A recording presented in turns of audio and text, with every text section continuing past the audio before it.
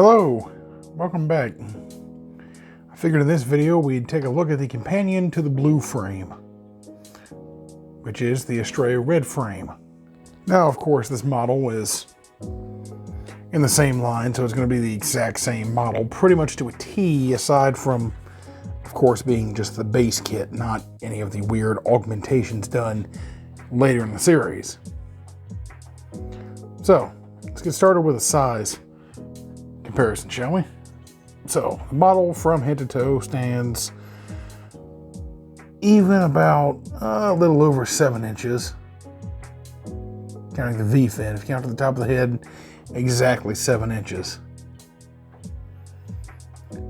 Yeah, about a normal master grade scale. This, of course, being the high grade 1/100, well, non-grade 1/100 as well. But yeah, very impressive kit, especially for the age of the kit and the time the kit came out. That being the early 2000s. So, one of the major pros this kit has, as opposed to its master grade counterpart, is the fact that it's much easier to assemble, but it's the exact same assembly as the blue frame, minus some of the more tedious parts. It's relatively color accurate straight out of the box, but then there's the issue of things like the handle of the sword comes white. All these gold parts come white. The entire hilt comes white.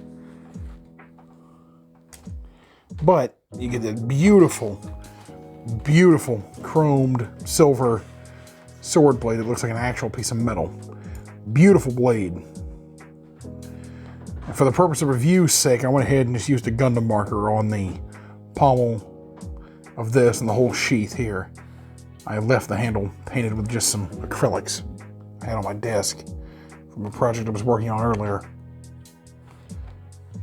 And you gotta remember, this has to go in downward and click.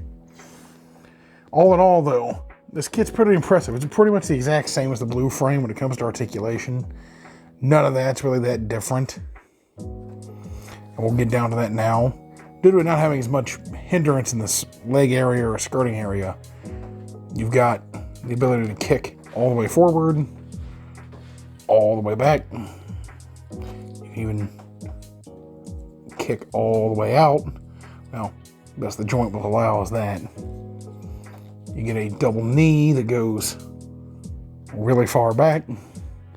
You'll get an ankle that is on that split joint, meaning that not only will the joint separate to allow for deeper poses, it also will allow for more durability of the joint when being used properly.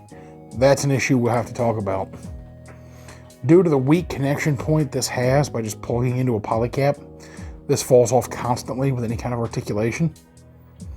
Good for the sake of reviewing, bad for the sake of posing and display, but it's okay, I guess. Same for the other leg. The arms can get fully vertical, which is...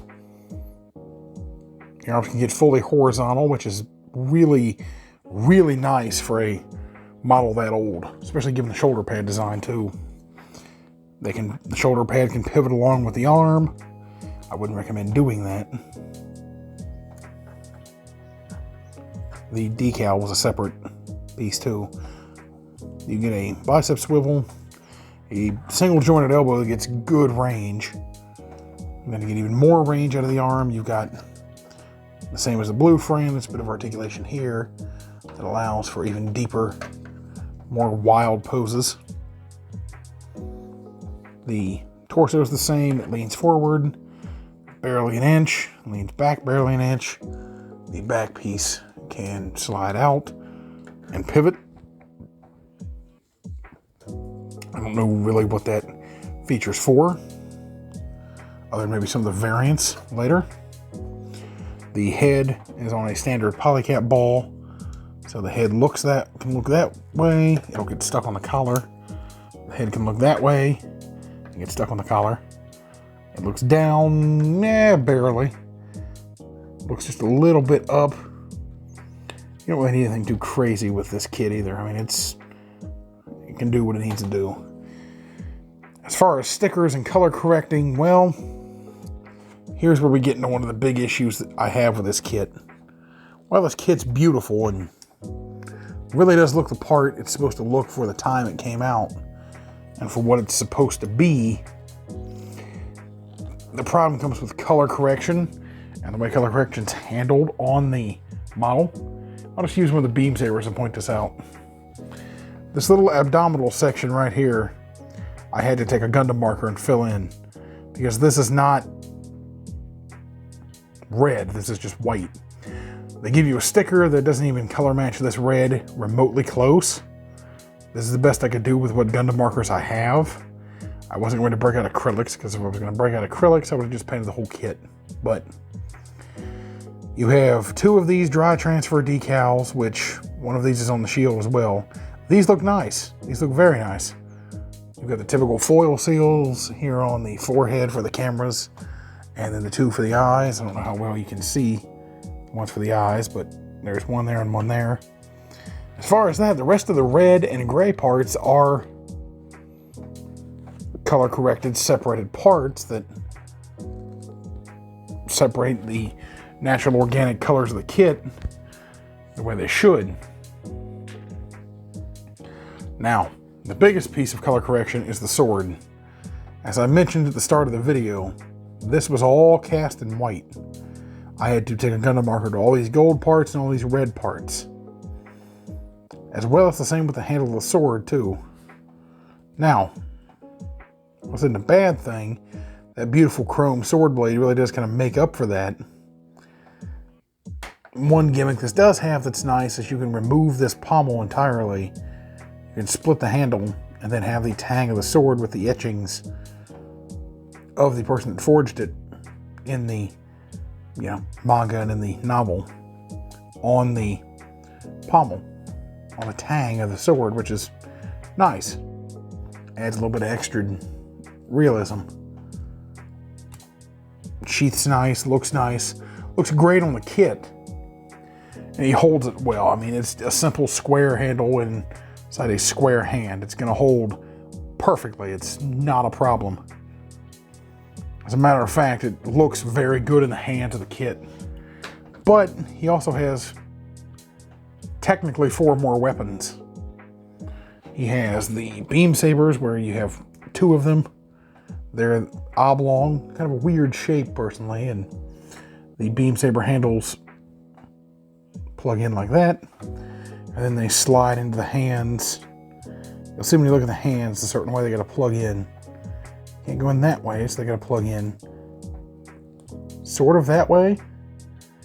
It's not a secure fit with the beam saber handles. There's no secure way to hold them. They'll just flop over, which kind of sucks. And then you've got, of course, the other 2 handles. You've got the other 2 weapons, which are the shield with the other dry transfer for the Junk Guild there on the front. And you've got the rifle, which looks good. It's just cast in your standard Bandai gray plastic. And that's really it. No cameras for color correcting or anything, so you'll have to do some painting on that. The handle does pivot one way, kind of sticks and really is going to break going this way, but you can do that too. So, nice looking handle, nice looking rifle. It's going to do its job well.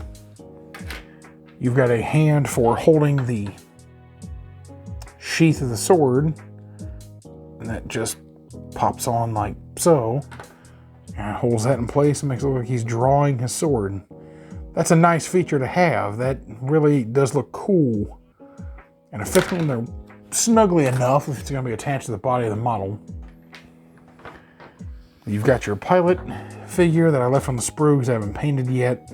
I've got a lot of other projects I'm currently working on, so. But old Lo looks pretty good. He's about the way that you would expect him to be. He's got the computer with him. Yeah, I think this looks better, honestly, than the other Lo model that came with the blue frame. but that's just personal preference, really. All in all, though, I would say that you can't go wrong with either one of these Astray kits, really. All these old Astray kits are super fun. They're super goofy. And they really are, in my opinion, some of the coolest Bandai kits ever released. Now, before we finish this up, I'll show you how well the katana fits in the hand. You have to take the back of the hand off, which is normal for any Gundam model, whether high grade or not. We'll unsheath the sword. We'll just slide that in his hand. You don't have to take the back of the armor off, obviously. It came off by mistake. I meant to split the whole hand. You'll probably need a part separator for this. I should have grabbed one off my desk before I did this, but oh well. There's no peg, so that does show kind of the age of these kits, that there's no peg for the hand to hold anything in place. And yeah, that looks really nice. And you can just put that back on and see how that's going to look in the hand of the kit. It looks wonderful. Of course, you can do a variety of different poses with it. Well, it was right-handed. I put it in the left hand just to show how it's going to look in the hand of the mech. You can get some really good poses with that extra wrist articulation. You can do that number. You can have, you know, the arm down and still be able to do that. You can, you know, pull that up and do that. That actually looks pretty cool like that, in all honesty. That might be how he stays on the shelf. And yeah, all in all, with some simple work and some Gundam markers, you can really get that sword blade looking really pretty for what it is, which is just white plastic. Then I would just, yeah, pivot that a little bit. The problem these kits suffer from is the fact of their age. A lot of these side skirting pieces here and here don't want to stay where you put them. So it makes the whole way of posing the legs or posing anything like the weapon sheaths an absolute pain to do. But aside from that, given the color accuracy of the kit for the age and given just how nice the model is and the scale of the model, it's a nice looking thing altogether. If you're curious how the shield fits in the hands, well, it fits in like your normal high-grade shield. This piece is a separate piece that can be removed and will have to be removed in order to get it onto the back of the arm. And you saw these little 2mm holes. You can go on either arm. I would recommend putting on the offhand. He doesn't have a weapon in. Then of course you can just pop this in the hand and don't even really have to take the back of the hand off. You can just, well, what I'd recommend is you do it this way. You take the hand off, put this in the hand. Obviously don't break the hand in the process. I would peg this back into the shield first, then I'd put the hand back in. I'd close up the hand, make sure it's all good to go, and yeah, there you go. Pretty simple.